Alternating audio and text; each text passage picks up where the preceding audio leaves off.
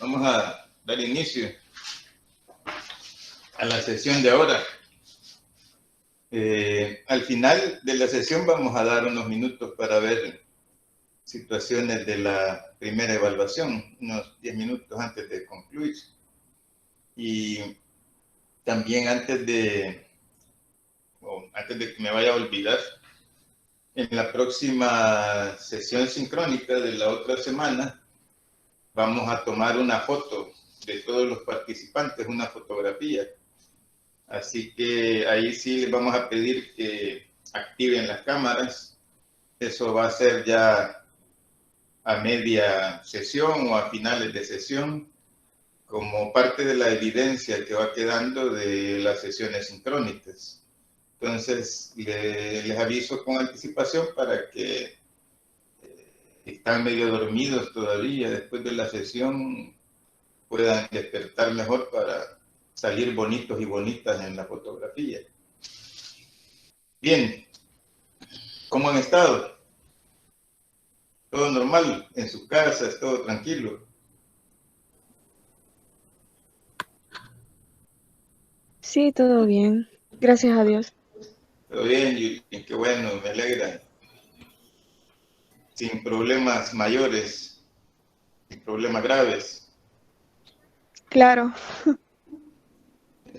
Sí, porque problemas pequeños todos los días tenemos. Bien, voy a comenzar con algunas referencias a aportes y preguntas que hicieron estudiantes al foro de consulta. Hoy esta semana participaron más estudiantes. Qué bueno, les agradezco la participación, muy buenas, realmente buenas participaciones, bastante interesantes.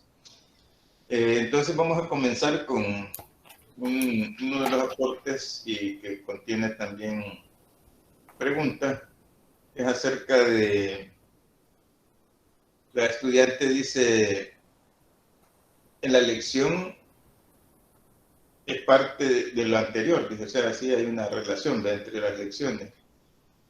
Por ejemplo, dice, dignidad humana, tenemos dignidad humana debido a que somos seres creados a imagen y semejanza de Dios. Pero la pregunta que ella hace de inicio es, cada uno de los principios que se dan en el PSC, que se mencionan en la lección, ¿es parte del anterior? Y después comienza a enumerar, ¿verdad?, acerca de la dignidad humana como imagen de Dios.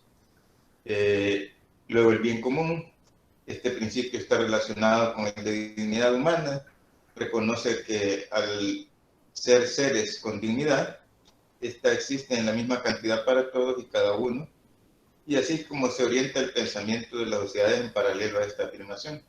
Y el destino universal de los bienes es poner en marcha el principio del bien común, ya que establece que las condiciones deben ser para todos en la misma medida. Y así consecutivamente cada principio del PSC se relaciona al anterior. Y hace una pregunta más clara. Dice, ¿puede el PSC existir si alguno de estos principios faltara? Y mi otra duda, dice, es ¿en qué momento se determinaron estos principios y si están registrados en algún documento? Bien, lo que se evidencia es que la estudiante, en primer lugar, ha leído. Hola, hola. Alguien mencionó ahí de un micrófono. Era el mío, profesor, pero está todo bien. Se me activó sin querer. Ah, no hay problema. Bueno, la primera pregunta, ¿puede el pensamiento de ser cristiano existir si alguno de estos principios faltara? Sí, o sea, creo que aquí es importante aclarar de que, tal como dice el nombre de este proceso, pensamiento, no hay problema, Karina, tranquila. Tal como dice el nombre de estos de este pensamiento. Los pensamientos se originan desde el inicio de la historia, desde que surge el ser humano pensante.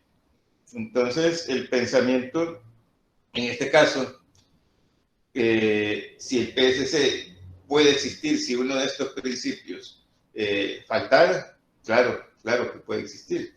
Vale, por ejemplo, en la sociedad salvadoreña, es una sociedad fragmentada, dividida, con una cantidad de problemas que si enumeramos la lista no terminamos ahora. Pero ahí existe el PSC, que no se respete la dignidad humana en su totalidad, que no exista un bien común para todos los salvadoreños y los ciudadanos, no existe tampoco al 100% o en su totalidad, que no se respete el derecho universal de los bienes en su totalidad. Eso no quiere decir que no exista pensamiento social cristiano. ¿Por qué? Porque el pensamiento social cristiano existe en la medida que los cristianos, que realmente le hacen honor a ese nombre de ser cristiano, actúan y continúan pensando en función y practicando los principios que se mencionan en el pensamiento social cristiano.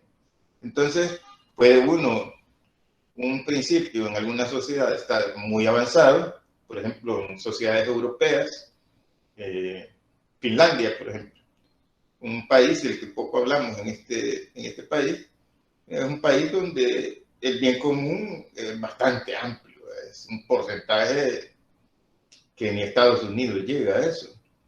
Y entonces, pero puede ser que ahí existiera irrespeto a la dignidad humana, al trato con mujeres, etc. Pero a pesar de eso hay un avance. En nuestro caso, pues la situación es más difícil, pero a pesar de eso hay personas, no solamente líderes de la iglesia, sino que miembros de la iglesia, que continúan pensando con ideas del pensamiento social cristiano, continúan creando y siguen activando, siguen actuando. Bien, entonces, si falta uno, dos o tres, el pensamiento social cristiano sí, ahí está presente. Mi otra duda, dice, es en qué momento se determinaron estos principios. ¿Están registrados en algún documento? Bien, los principios inician a darse a conocer en la humanidad a partir de Jesús. Es con la actitud de Jesús, por eso desde la primera lección insistimos en que aquí trabajamos con el Jesús histórico, desde el nacimiento de Jesús, tal como lo narran los evangelios, y el desarrollo ya de Jesús después de los 12 años, las actitudes de Jesús. En ese ministerio, como se le llama, de poco tiempo, aproximadamente 3 años de ministerio, en ese poco tiempo, Jesús inicia lo que va a ser el pensamiento social cristiano. Porque en las actitudes del Jesús histórico hay una gran cantidad de hechos que son los que generan realmente el pensamiento social cristiano. Es ahí donde se da el comienzo del pensamiento social cristiano. Por poner un ejemplo, las mujeres en esa sociedad en la que Jesús nace viven en una situación bastante difícil. La religiosidad judía en esa época destinaba a un lugar en ocasiones hasta mucho más abajo que los animales para la mujer. La mujer solo era prácticamente un objeto de los hombres. Una sociedad fuertemente patriarcal, fuertemente machista. Y Jesús desarrolla una actitud en ese tema por la que va a ser muy criticado por los doctores y los sacerdotes de su época, sacerdotes de la religión judía, no existía la religión católica. Va a ser muy criticado por ellos por la relación que él desarrolla con muchas mujeres. Y no solo mujeres en su sociedad, de una vida, por decir así, muy bonita, ¿va? Y aceptable socialmente, sino que relación que se dio aún hasta con prostitutas. Entonces, él rompe un esquema en su sociedad y entabla relaciones con mujeres. Hablarle a las mujeres, por ejemplo, no era bien visto que un rabino lo hiciera. Y él lo denominaron un rabino por la actitud, la sabiduría que desarrollaba. Los niños, por ejemplo. Hay un texto en los evangelios que dice, dejen a los niños que vengan a mí. Pero también en otro texto dice, ¿quiénes van a entrar primero al reino de Dios? Coloca primero a los niños, a las prostitutas, les dice. Van a entrar antes que ustedes, les dice a los maestros de la ley. Porque los maestros de la ley y muchos sacerdotes de la religión judía de esa época habían perdido el horizonte. Entonces Jesús, con esas actitudes de inclusión, de relación con personas que estaban excluidas, genera por primera vez en la historia de la humanidad lo que ahora llamamos el pensamiento social cristiano. Los niños, ustedes probablemente lo saben, que los niños eran apreciados solamente los varones, los hombres, niños, porque eran sistemas de guerreros. Entonces, los judíos, como otras tribus de la época, desarrollaban la cuestión militar como algo prioritario, para defensa, pero también para conquista de tierra, de terreno. Entonces, el niño, si un niño al nacer tenía defectos en alguna de las extremidades superiores, inferiores, un moquito, qué sé yo, prácticamente era desechado en la sociedad, porque no iba a ser útil para combatir. Y las niñas, por evidente ser niñas, entonces no iban al combate en esa visión machista ni patriarcal. Eso fue cambiando poco a poco, pero en el momento en que Jesús llega a esa sociedad, él rompe con esos esquemas y abre una relación con los niños. Y son como privilegiados también los niños. Bien, entonces ahí se da el inicio. El registro de ese pensamiento social cristiano lo hacen los mismos apóstoles, aunque algunos de ellos no escribieron, sino que fueron otras personas los que escribieron y recogieron mucho de la historia de Jesús y también mucho de la historia de los apóstoles, de sus hechos. Lucas, por ejemplo, que fue un apóstol, también fue un redactor y un médico. Por eso su evangelio tiene bastantes relación con cuestiones médicas de la época, no como los médicos de hoy, claro. Entonces, allí se da la primera sistematización, podríamos decir, de lo que hoy conocemos como pensamiento social cristiano. Con el desarrollo de la historia, algo que mencionaba la lección anterior, se dio el surgimiento, por ejemplo, de lo que se llamó los patriarcas de la iglesia, o los doctores de la iglesia, San Agustín, Santo Tomás, etc. Y ellos vuelven a sistematizar mucho el pensamiento de la iglesia, que es el pensamiento del cristiano de la iglesia, que se da desde los primeros siglos hasta la época de ellos. Y posteriormente sigue la sistematización. Hay documentos, cantidades de documentos. Pero para más actualidad, hasta 2004, es que la Iglesia Católica organiza un documento que está publicado, está ahí, lo pueden ustedes, bueno, ahí las lecciones se lo sugieren, creo que la lección anterior sugería la lectura de él, es bastante extenso, pero es el compendio de la doctrina social de la Iglesia, fue en el 2004. Ahí está todo lo que tiene que ver con los principios, todo lo que estamos hablando de los principios del pensamiento social cristiano están ya sistematizados en ese compendio que se llama Compendio de la Doctrina Social de la Iglesia. Ahora, el pensamiento social cristiano va mucho más allá de ese compendio, porque, insisto, el pensamiento social cristiano no solo está dentro de la Iglesia Católica, sino que está en todo aquel cristiano o cristiana que trata de conducir su vida, de orientar su vida de acuerdo a esos principios que originó Jesús, que sistematizaron las primeras comunidades y que practicaron las primeras comunidades y que así se fue dando. Que estos principios estén sistematizados en las iglesias no católicas romanas, ya esa es una cuestión aparte. Hay iglesias que sí hacen una sistematización de ellos, hay otras iglesias que no. Las iglesias que se denominan históricas, aunque a mí no me parece mucho esa terminología, que son, por ejemplo, la iglesia luterana, la iglesia calvinista, la bautista, la anglicana, que entran dentro de ese criterio de históricas, sí sistematizan documentos acerca del pensamiento del cristiano. Si están por ahí, sería entonces la respuesta a esa pregunta que hace esta estudiante, ¿verdad?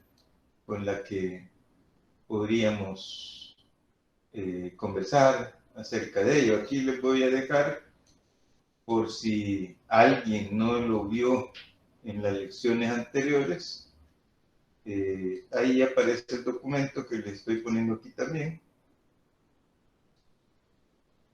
que es el compendio de la doctrina social de la Iglesia. Bien, vamos a continuar. Otro estudiante hace una buena reflexión acerca de le llamó bastante a ella la situación de la Iglesia ortodoxa. Y dice, si bien entiendo, la Iglesia ortodoxa mantiene 7 sacramentos, igual que la Iglesia católica, con la diferencia en torno a la función del Papa, que no lo toma como un sucesor de Pedro para gobernar e intervenir en su iglesia. ¿En qué consiste la Iglesia ortodoxa? ¿En qué se diferencia? ¿Me podría profundizar más en esto? Bien, este es más un tema ya de teología. Esto tiene que ver mucho con la teología en cuanto a las diferencias y las coincidencias. Aquí el listado sería enorme, principalmente de las coincidencias. Las diferencias son menores, pero también creo que es importante dar un consejo al respecto, en el sentido de estas preguntas, por ejemplo, que son buenas, son importantes y necesarias conocerlas, aunque aquí en el curso no es nuestro objetivo. Creo que es importante resaltar de que hay que trabajar siempre la perspectiva de las coincidencias. ¿En qué coinciden la Iglesia ortodoxa y la Iglesia católica romana? Pues la principal coincidencia es que coinciden en la fe en Dios, coinciden en la fe en Jesucristo.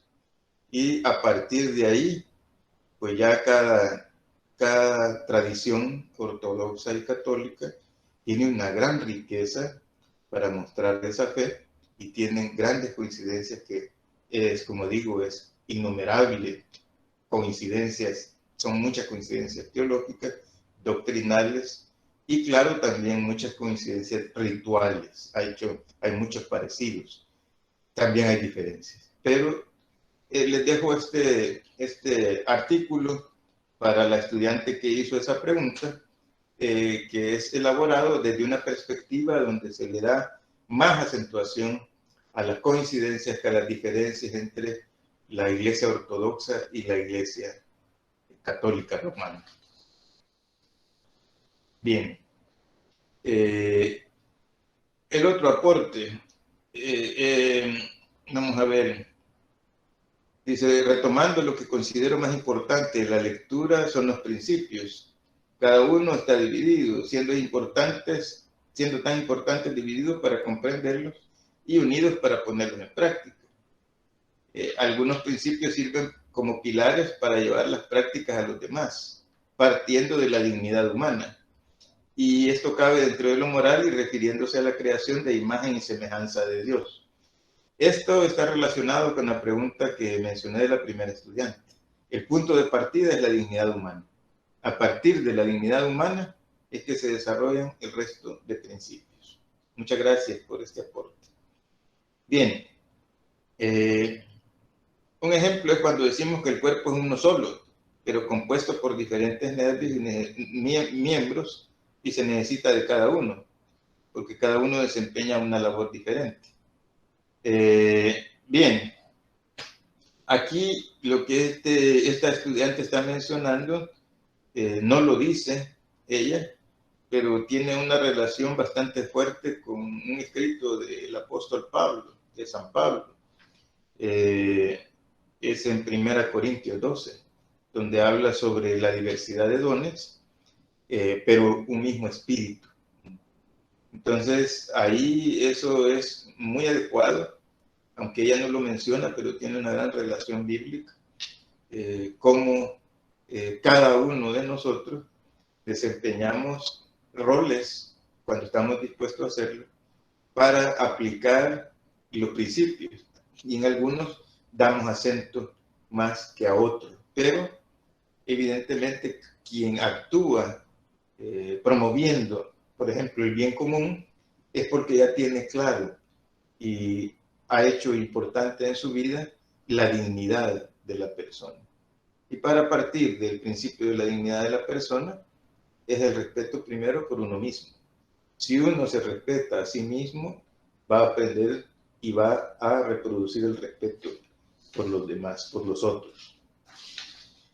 Bien, muchas gracias también por esos aportes.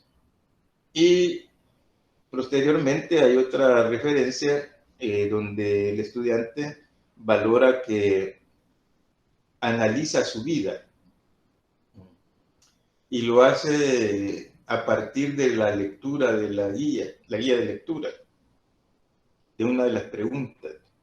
Y entonces este estudiante dice que se siente satisfecho en cuanto va respondiéndose él a partir de las preguntas.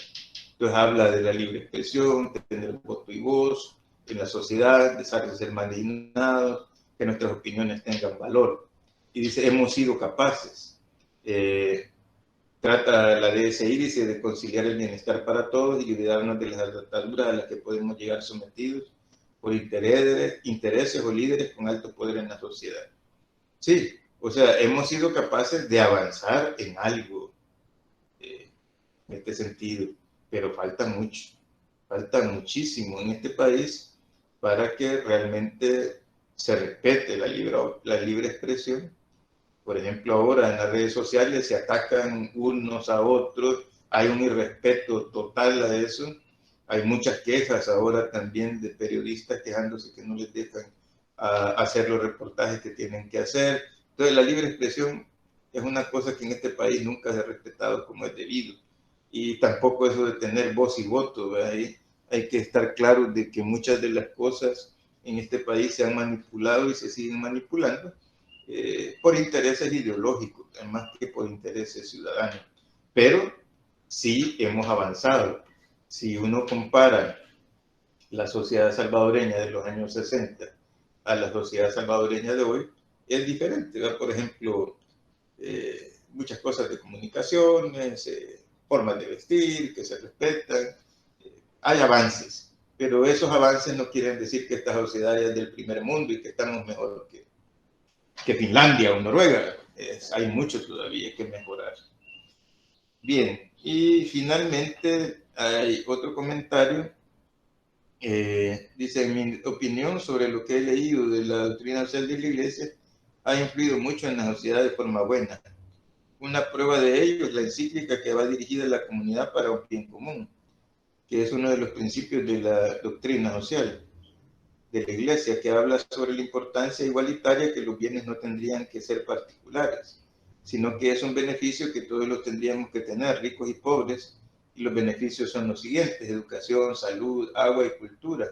Aún así, el agua en muchos lugares es privatizada, en cuanto tendría que ser de beneficio, ya que aporta vida.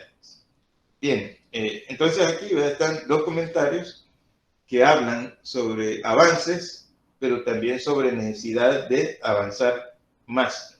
En el sentido también que menciona esta estudiante, voy a mencionar lo siguiente. Los bienes, por ejemplo. El sentido universal de los bienes, que es uno de los principios, no se respeta en este país. Nos cuesta mucho esa situación, por diferentes cuestiones, por la delincuencia, por la desconfianza que se ha generado entre nosotros, etcétera. Hay muchas dificultades para que el destino universal de los bienes se aplique. Por ejemplo, el destino universal de los bienes tendría que hacer que las universidades destinen, por poner un ejemplo, un espacio para los estudiantes de escasos recursos. Hay becas. Qué bueno que las universidades, así como la Universidad de Don Bosco, ofrece becas para estudiantes. Pero también las universidades podrían ofrecer sus instalaciones para que jóvenes de escasos recursos en sus instalaciones desarrollen talleres, tengan escuela, puedan asistir a una escuela popular, universitaria. Eso todavía falta en nuestra sociedad. El destino universal de los bienes en países europeos ya es diferente. Hay instalaciones de universidades que tienen uso múltiple, le llaman ellos. En las horas de clase es una universidad para los que pagan, en las horas que no hay clase de los que pagan, hay universidades gratuitas y también abren horarios para los sindicalistas, por ejemplo, los trabajadores que están dando algún proceso educativo en leyes, en derechos laborales, etcétera, y sin ningún costo. Entonces, claro, por poner un ejemplo, o por decir algo, las cuestiones recreoeducativas, los parques nacionales no deberían cobrar nada. Ya cuando cobran, ya es otra cuestión, ya eso ya es privatizado.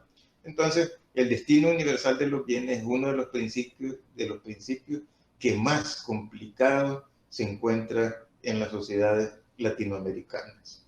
Desafortunadamente, todavía nos falta mucho por avanzar porque eso tiene que ver con la propiedad privada, la cual hay que respetar.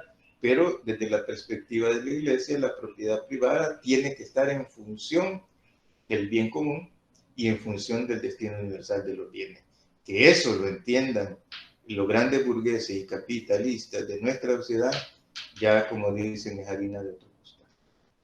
Bien, hasta ahí están los aportes que enviaron los estudiantes, muy importantes, por supuesto, y les agradezco mucho que estén participando en el foro debate. Ojalá cada vez más estudiantes nos puedan compartir también sus aportes, porque como ven ustedes, ahí no es solo de enviar inquietudes o preguntas, sino también de aporte. Hay que recordarse que el sistema de aprendizaje no es solo lo que el profesor dice o hace, sino también lo que otros compañeros de la clase, del grupo, del salón de clase, digital en este caso, dice y hace también con otros estudiantes. Bien, vamos a ver aquí en el... Dice, yo tengo una duda, las preguntas de la guía de la lectura de lección, ¿hay que responderlas todas y enviarlas al foro o no? No, Vanessa, no. Si tiene alguna duda, entonces usted envía la duda, escribe y la envía al foro. Tal como dice Carla, si tienes una duda acerca de la guía, puedes preguntarla en el foro. Así es. Y vean, también ustedes, ahora ya tenemos algunas semanas de estar en este método. Ustedes también en el foro pueden orientar a un estudiante. Por ejemplo, esto que pregunta Vanessa, por poner un ejemplo, ella lo envía al foro. Yo voy a contestar, evidentemente, pero también Carla podría contestarle y decirle sí, ¿verdad? Yo te puedo orientar en este sentido, yo puedo apoyarle. Entonces, uno como profesor puede apoyar esa acción. Porque el aprendizaje debería ser así, no solo de profesor a estudiante, sino que también entre estudiantes y de profesor con estudiante. Un círculo virtuoso, no un círculo vicioso, sino un círculo virtuoso de aprendizaje. Por eso la insistencia, no sé si en este curso o en otro que estoy atendiendo, una estudiante no logró coordinarse con su grupo. Al final envió su trabajo de manera personal. Bueno, está bien que lo hizo, pero yo le ponía en sus comentarios, los comentarios de retroalimentación, que buscara si había habido un malentendido, que lo tratara de solventar con su grupo de trabajo. ¿Por qué? Porque siempre es bueno, el ser humano está creado para eso, para vivir en sociedad. Y hoy la pandemia nos tiene sometidos al aislamiento. Entonces, ¿qué nos queda? Que virtualmente, digitalmente, podamos apoyarnos. Entonces los grupos que se crean para hacer trabajo no tienen solo una función de que usted obtenga una nota buena, es importante también, pero tienen también la función importante de la relación, de la sociabilidad entre ustedes, que ustedes se conozcan, que ustedes compartan, que se diviertan, como cuando se hacen esos grupos presenciales, que ustedes podían ir al cafetín y conversar, o se iban a algún lugar verde para conversar, compartir chistes, etcétera. Eso es parte de la vida, la jocosidad, la broma, con respeto, ¿verdad? Eso es parte de la relación. Y ojalá lo puedan ustedes hacer virtualmente o digitalmente en los grupos en los que están organizados. Y tratar de llevarse bien, tratar de comprenderse entre ustedes. Bien, voy a llegar hasta aquí. ¿Alguien tiene preguntas de contenido de la lección de los principios? Que lo pueda comentar, alguna duda, algún comentario que le parezca que es importante compartirlo.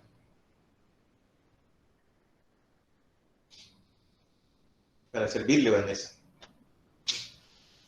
Vamos a ver, dice Sofía.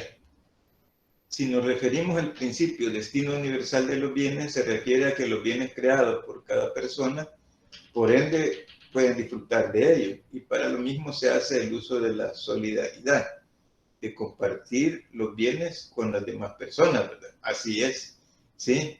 Eso es así. Por lo menos esa es la teoría, Sofía. La teoría del pensamiento social cristiano es de esa manera. Quienes lo practicaron de una manera bastante importante, en nuestro caso, como referencia, son las primeras comunidades cristianas. Ellos comprendieron y practicaron eso. A todos los bienes que tenían estaban en función de la persona y de la comunidad. Entonces la persona podía disfrutar de ellos y también podía compartir de ellos, compartirlos. Y es lo mismo la solidaridad. Ahora, el destino universal de los bienes tiene una relación con la propiedad privada. Entonces tiene una relación bastante fuerte con los que son propietarios de tierras, con los propietarios de industria, con los grandes propietarios, medianos propietarios de extensiones de tierra, por ejemplo. Entonces, ¿cuánto el destino universal de los bienes de la tierra o de las fábricas, las maquilas, por ejemplo, está en beneficio realmente de la persona, aunque ahí son corporaciones que la crean, de la corporación y de las y los trabajadores que están empleados ahí. Ahí es donde entramos en dificultades, porque ahí no todo es bonito, hay contradicciones. Pero si uno lo ve en otra perspectiva, tiene relación con la actitud de solidaridad. Hay empleadores o hay empresarios que tienen actitudes solidarias, pero hay otros que no. Entonces sí, Sofía, tiene relación en ciertos niveles y en ciertos aspectos. Así es, debería ser así, pero no se cumple al 100%. Es correcto, Sofía. Así es la cuestión. Gracias. Muy bien. ¿Alguien más? Alguien que tenga algo así importante como Sofía que compartir o alguna duda que tenga. Esto es importante irlo exponiendo ya porque ahora venimos, ya todo lo que vamos trabajando en estas lecciones va en función de la segunda evaluación.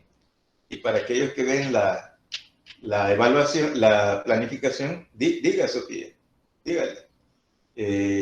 Para aquellos que ven la planificación saben que ya nos vamos preparando para la segunda. Y en la segunda evaluación ya no hay foro. Es solo un documento el que vamos a tener. Y ahí va a haber más trabajo teórico. Diga, Sofía, la otra duda que tiene.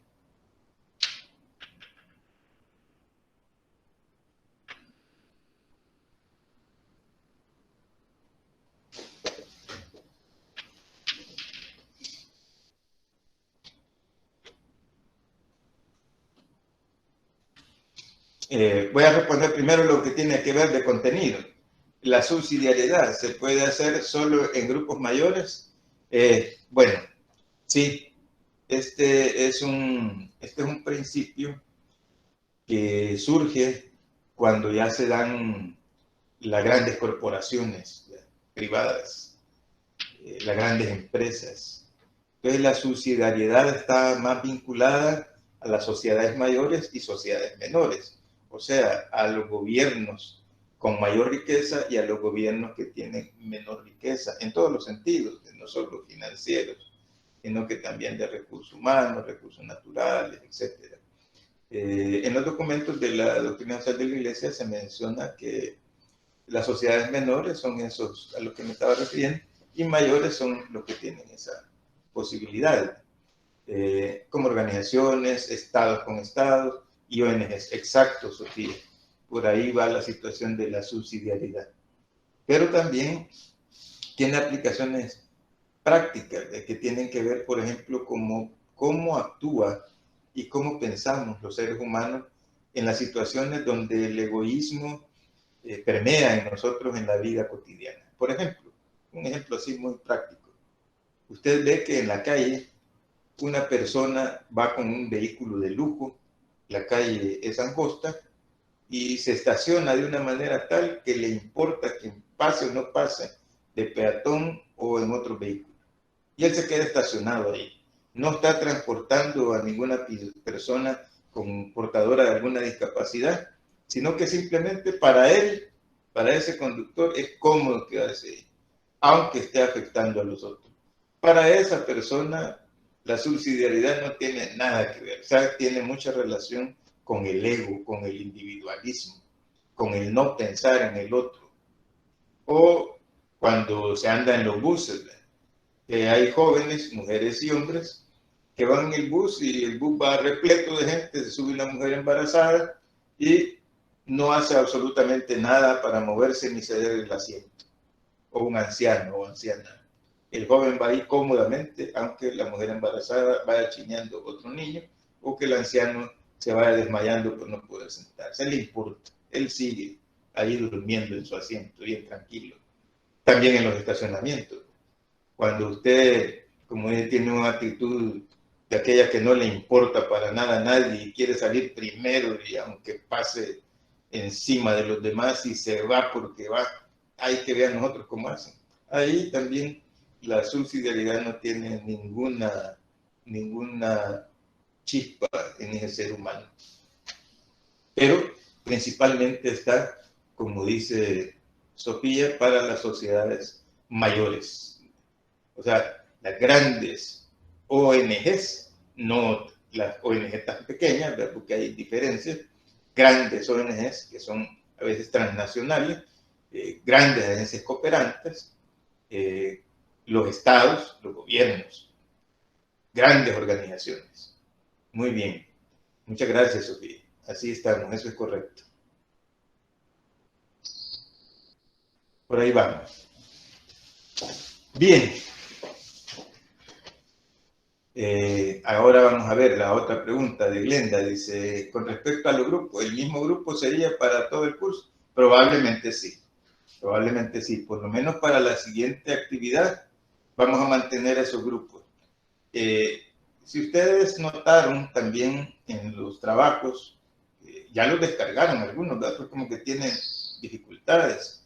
Pero si ustedes notaron en los trabajos tenemos un problema bastante fuerte de cómo organizar las citas textuales y las notas.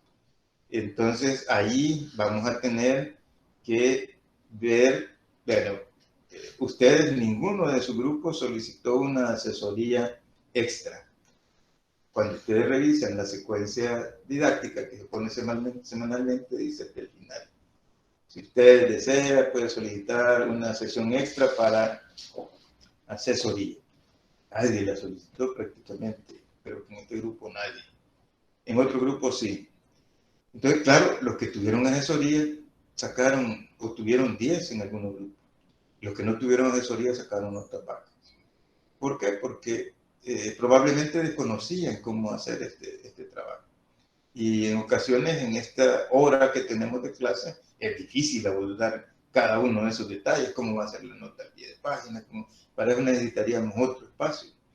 Entonces, tienen esa opción. Pero también tenemos la opción de que hay compañeros aquí en el grupo T14 que sacaron buena nota y hicieron excelentemente el trabajo de notas al pie y de citas de texto. Entonces, ¿qué podemos hacer también?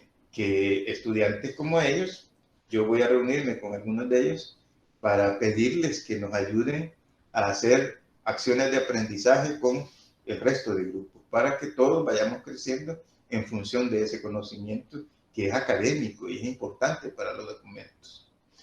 Bien, dice Aileen, según la lectura, dice que la subsidiariedad restringe la acción de los grupos mayores en la medida que suprime la acción que deberían ejercer los grupos menores. En este caso se refiere a que le quitan el lugar a los grupos menores, o a qué se refiere. No, el sentido es de que la subsidiariedad no debería restringir de los grupos mayores a los grupos menores. Voy a poner un ejemplo. Vean, si un estado le ayuda a otro estado, por decir, Estados Unidos le ayuda a El Salvador, en un beneficio económico, material, lo que sea, no tendría que poner condiciones, pero eso es muy difícil políticamente, porque tiene que ver con ideologías. Entonces, pero hacia eso va dirigido. Ahora, como no es solo a los gobiernos, entonces también va dirigido a las agencias cooperantes. Entonces, veamos otro ejemplo. Las agencias cooperantes, ustedes saben que las agencias cooperantes abren espacios para que nosotros o las ONGs de cada país hagan solicitudes de proyectos para beneficio del bien común de un sector X de la sociedad. Entonces, esa agencia cooperante, en los principios de la subsidiariedad, tendría que respetar los criterios de la comunidad beneficiada y también los criterios de la organización que solicita eso. Y respetar todos los criterios, la política, la metodología, puede sugerir, pero no puede condicionar los fondos de su agencia cooperante para que la comunidad a la que se va a beneficiar haga cosas o diga cosas que no debe hacer porque le irrespeta entonces la dignidad a esos pobladores. Entonces, la subsidiariedad debería respetar eso. La subsidiariedad tiene mucho que ver ahora, por ejemplo, con la cuestión de la pandemia. ¿Cómo actúan las grandes farmacéuticas? Que son corporaciones enormes que manejan millones de dólares y que tienen que ver con la vida de todos nosotros prácticamente ahora con las vacunas. ¿Cómo actúan todas las farmacéuticas con la cuestión de la subsidiariedad a las sociedades menores? Han habido regalos de esas farmacéuticas, pero también como esta cosa se está quedando, parece que algunas ya están pensando o ya lo están haciendo un negocio, la vacuna. Hacia las sociedades menores, eso es una situación bastante complicada, porque le quitan posibilidad de vida a los grupos menores. Entonces, por ahí va el link, esta cuestión de la subsidiariedad. Más bien, las sociedades mayores deben respetar a las sociedades menores. Esa es la visión en la doctrina social de la Iglesia de este principio de la subsidiariedad. Bien, ¿hay algún otro comentario más o pregunta? Por nada, alguien para servirle. Bien, nos estamos ya acercando al final de la sesión.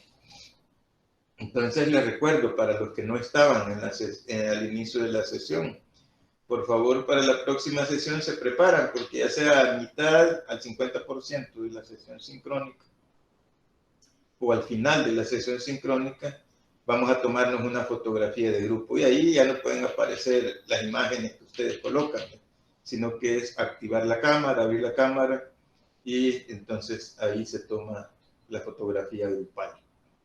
Bien, entonces en los minutos que quedan, si hay todavía preguntas de contenido acerca de los principios, Y si no, entonces preguntas acerca de las evaluaciones, que ya están subidas las notas ahí.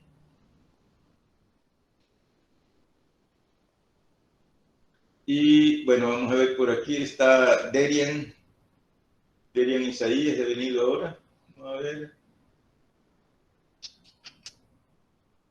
Ajá, sí está. Y Landaverde Mejía está por ahí. Landaverde Mejía.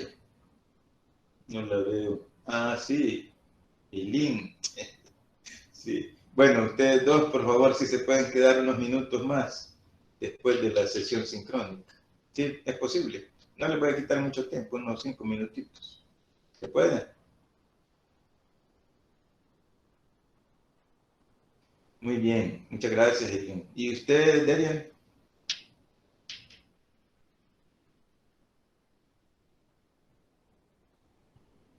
Bien, muchas gracias. Bien, en los últimos minutos, ¿alguien más tiene alguna pregunta, algún comentario acerca de contenidos o de las evaluaciones?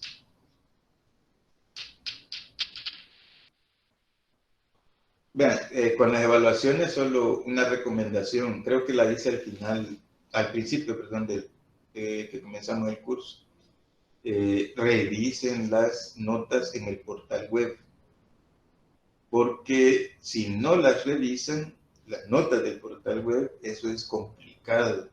Hay estudiantes que, digamos, hoy se colocó la nota y 15 días después vienen diciendo, mire, ¿y cuál es mi nota de la evaluación? Ay, eso es tremendo. No lo hagan, por favor. Que no les pasen ni siquiera 3 días sin consultar su nota en el portal web. ¿Por qué? Sobre todo a los que están en primer ciclo. Eso es engorroso el trámite. Y nosotros como profesores en ocasiones tenemos errores, somos seres humanos y trabajamos con gran cantidad de estudiantes. Entonces, un error en la nota, imagínese que usted sacó 10 y yo le pongo 1, por decir, el cansancio le puse 1, revisé y pasé y volví a pasar y no me di cuenta y le dejé el 1. Y usted a los 15 días viene a preguntar, que bueno, pero yo tenía 10 y ¿por qué me aparece 1? Y lo pregunta a los 15 días. Ese trámite es sumamente engorroso, tardado y compendioso cambiar la nota. Cuando el portal web se cierra, hay que hacer una solicitud. El profesor hace una solicitud a su jefe de carrera, después al jefe de carrera de la que usted viene. Después esos dos jefes de carrera tienen que hacer la solicitud al decano correspondiente de cada carrera. Después cada decano la hace al vicedecano, al vicerrector de la universidad y finalmente tiene que llegar el documento hasta rectoría. Y en todo eso, el estudiante vive un valle de lágrimas y el profesor también acompañándolo, porque tuvo esa dificultad de no revisar a tiempo su nota. Así que por favor revísenla. Prácticamente no hay estudiantes reprobados, solo aquellos que no mandaron sus trabajos. Ahí sí hay dificultades porque se quedaron con una nota 0. Las notas, Vanessa, que aparecen, ya hay 3 tipos de notas.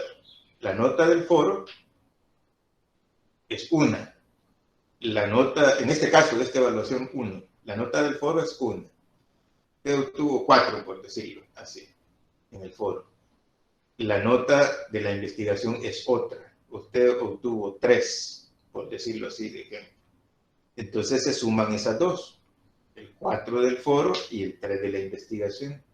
La nota suya, la que debe aparecer en el portal web, no es el 4 ni es el 3, sino que es la suma de ambos, tiene que ser 7. En algunos casos, la nota fue 4 en el foro y obtuvo 2 en la investigación. La nota que le va a aparecer en el portal es la nota global, como se le dice, es 6. La suma del 4 del foro y el 2 de la investigación. Eso le da una nota global de 6. Ahora también alguien me preguntaba ayer, pero a mí me aparece un porcentaje de 3%, claro, eso es diferente. Cuando usted entra a ver su registro, le aparece la nota, pero también le aparece un porcentaje. Ese porcentaje es el que va construyendo usted poco a poco, es un porcentaje que debe aumentar si usted va mejorando sus notas.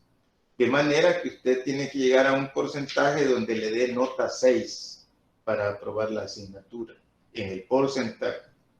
Lo que usted hizo en la primera evaluación es acumular el primer porcentaje para irse acercando a la nota 6.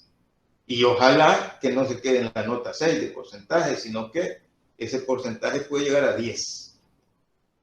Entonces, es diferente el porcentaje a la nota. Y eso lo pueden verificar en sus perfiles, en el portal web. Bien. ¿Alguien más? ¿Alguna otra pregunta? ¿O comentario?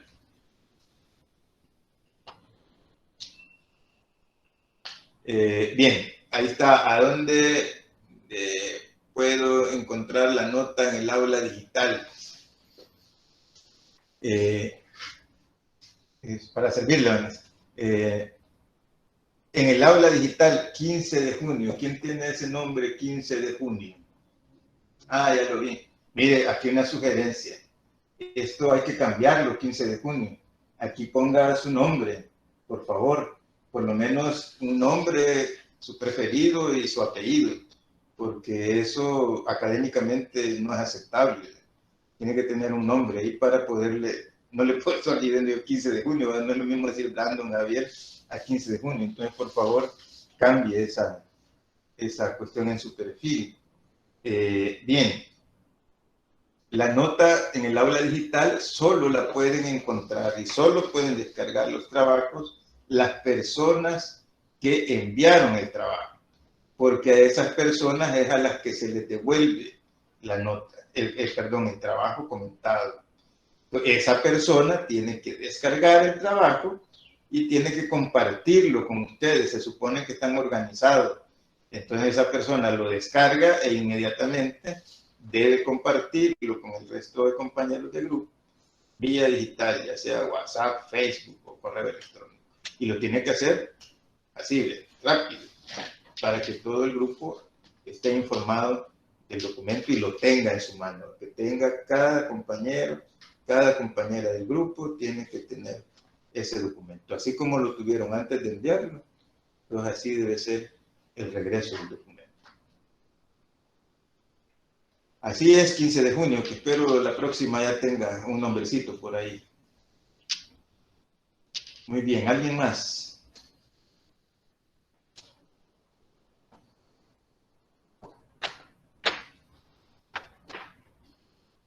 Bien, entonces, si no hay nadie más, ahí recordarles la fotografía para la próxima semana.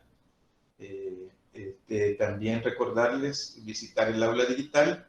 Recuérdense que a medida que avanzamos, los requerimientos van a ser mucho mayores. Los requerimientos académicos, contenidos, el control que se va haciendo de la participación en los foros de debates, en los foros de consulta, la visita al aula digital, para que usted y yo podamos ir viendo cómo vamos avanzando en el conocimiento, de manera tal que cuando lleguemos a la segunda evaluación, los que obtuvieron notas bajas no salgan con notas bajas, sino que vayan superándolas. Acuérdense que no hay que ser de mentalidad mediocre, que, yo me saqué 6, ya pasé, así puede ir pasando toda la asignatura. No. Eso lo hacen los que después son profesionales mediocres. Salen de la universidad, como dicen algunos, raspando. No, hay que procurar levantar esas notas, no hay que quedarse conforme, ya me saqué 6, ya estoy tranquilo. No duerma tranquilo, vea cómo estudia, cómo lee más, consulte con el profesor cómo mejorar, si necesita sesiones extra, escriba, 24 horas antes nos ponemos de acuerdo para conversar, para mejorar el conocimiento, porque aquí la idea no es aplazar a nadie, pero si no se estudia, si no se lee, si no se sabe redactar bien, si hay problemas de ortografía, ahí entonces está difícil, porque los requerimientos y las exigencias en cada evaluación van siendo mayores, Por ejemplo, en esta evaluación, por ser varios de ustedes de primer ingreso, la rúbrica se puso con cantidad de anticipación. Lo general es de que la rúbrica se coloca una semana antes, 8 días antes. El estudiante ya conoce cuáles van a ser los criterios del próximo trabajo. Y en 8 días tiene que trabajar rápidamente en eso. Entonces, como dicen vulgarmente, hay que ponerse las pilas aquí porque si no, podemos tener dificultades. Ojalá que no se den y que sean muy dedicados como han sido hasta ahora para el estudio. Bien, si no hay más, entonces nos quedamos hasta aquí. Que tengan buen fin de semana y disfruten bastante a sus familias y disfruten ustedes con moderación.